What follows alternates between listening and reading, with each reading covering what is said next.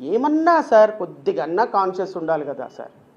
మనం కాస్తైనా సరే ప్రజల కోసం సార్ ఎందుకు సార్ ఈ టీవీ10లో టీవీ9లో తర్వాత ఈటీవీలో ఏబిఎన్లో టీవీ5లో మహా టీవీలో ఈ సుగాలి ప్రీతి కేసు ఎందుకు సార్ రావటం లేదు?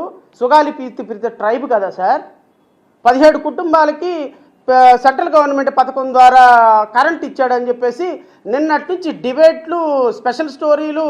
మా మిత్రుడు ఉన్నాడు పాపం, చాలా మంచి మిత్రుడు నాకు, is very good friend of mind, మహా టీవీ వంశీ. పేరు నేను కూడా చెప్తా, ఎందుకు అబద్ధం ఏముంది, నా మంచి మిత్రుడే. వెంకటకృష్ణ నా మంచి మిత్రుడే. సాంబశివరావు గారు నాకు మంచి మిత్రులే, వెరీ గుడ్ ఫ్రెండ్స్. అసలు మేము 5 సంవత్సరాల్లో మాట్లాడుకోని రోజు ఉంది అంటే చాలా వేళ మీద లెక్క పెట్టుకోవచ్చు. ఎవ్రీడే గుడ్ మార్నింగ్ దగ్గర నుంచి గుడ్ నైట్ వరకు 20 సార్లు మాట్లాడుకునేవాళ్ళు.